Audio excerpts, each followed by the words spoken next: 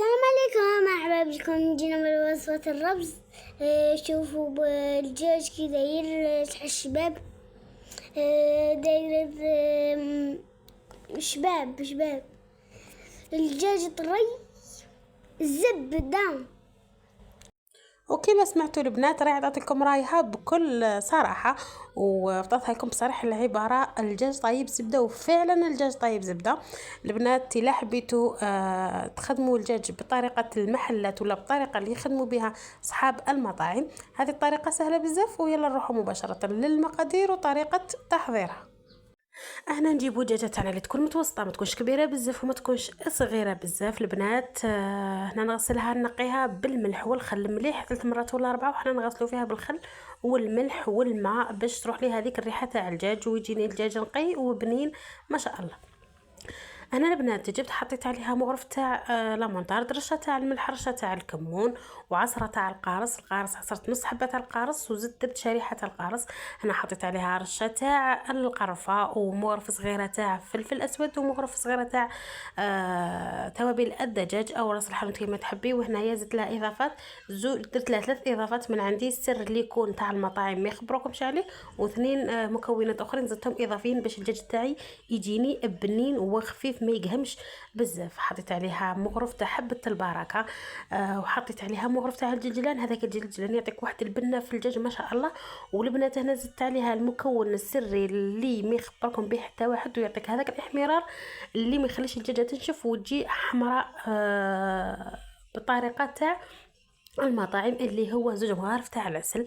هنايا حطيت الدجاجه في بابي الومنيوم، درت الالومنيوم على شكل زائد والبابي كويسون على شكل زائد اللي كنت شمخته، وحطيت انا نخدم بهذا البابي الومنيوم الابيض احسن من الاخر ما يتحرقليش بزاف. نغلفها ونخليها بجهه ترتاح. نروحوا مباشره للمقادير تاع ولا طريقه تاع تحضير الرز انا حبيت الدجاجه بالرز اليوم. درت مغرف تاع الزبده، مغرف تاع الزيت، خليتهم يكونوا سخنوا مليح حتى هنا سخنوا مليح. حطيت عليهم كاس ونص تاع الرز اللي كنت غسلته وصفيته مده ساعه وهو يقطر من الماء.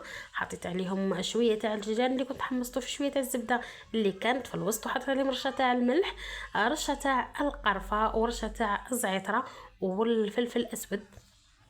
هنا البنات الملح حسب الذوق والطريقه ولا التوابل حسب الذوق ايضا. هنا البنات ما نديروش الزعتر ضربو، كنخلوه في اخر الفيديو، اخر الطياب تاع الرز باش ندير الزعتر. كي نكون راح ندير الرز داخل الدجاجه ندير شويه زعتر. هنا البنات حطيت عليها 4 كيسان تاع الماء، خليته يكون طاب مليح. هنا جاني ناقص شويه وزدت عليه زدت عليه شويه تاع الماء. شوفوا البنات هنا راه عندي يبدا يبان باللي راه يطيب وباين باللي طرا ولكن ما طابش 100%. هنا البنات بعد ما دخلت الدجاجه دخل لها نص طياب جبتها نحيتها من الفور، دورتها كيما راكم تشوفوا هنا. دوك ندورها الدجاجه تشوفوا كيفاش راهي تبان حمراء. كيما قلت لكم البنات الدجاجه حطوها على صدرها ما تخلوهاش على ظهرها باش الدجاجه تتشرب هذاك لاصوص تاع الدجاج، وهذاك الصدر تاع الدجاجه يجي كطري ويجي شارب كامل هذوك التوابل والملح.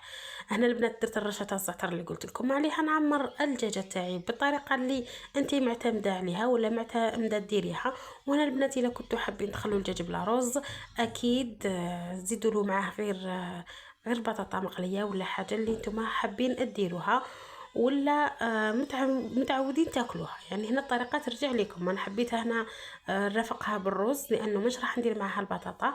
عمرتها مليح بالرز، وهذاك الصوص اللي راه لتحت في المول كيكم تشوفوه بطلي من الدجاجه انا عاود نرجعوا على هذاك الرز اللي راه عمرت به. شوفوا كيفاش راني نمرق به، يعني راني نزيد في لاصوص لهذاك الرز باش يتشرب لي البنه تاع الدجاج. وهنا نقلب المرقه هذيك نرجعها شويه على الرز ونقلبه يطيب. هنا نعاود نغلفها ونقلبها داخل الفور ونخليها تدي اللون اللي راني باغيته.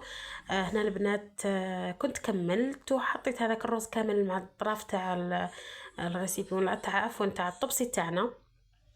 حطيت ذاك الرز من الطرف وحطيت الدجاجه في الوسط. وشوفوا ذاك الدجاجه كيفاش تكون طيبه الله يبارك. شهيتكم في الجنه حباباتي، ونتلاقاو ان شاء الله في الفيديو القادم بحول الله تعالى. ما تنساوش الاشتراك في القناه وتفعيل زر الجرس. راني بديت معكم جديده حبيباتي، ما تبخلوش عليا. نتلاقاو في ساعات خير ان شاء الله والى اللقاء.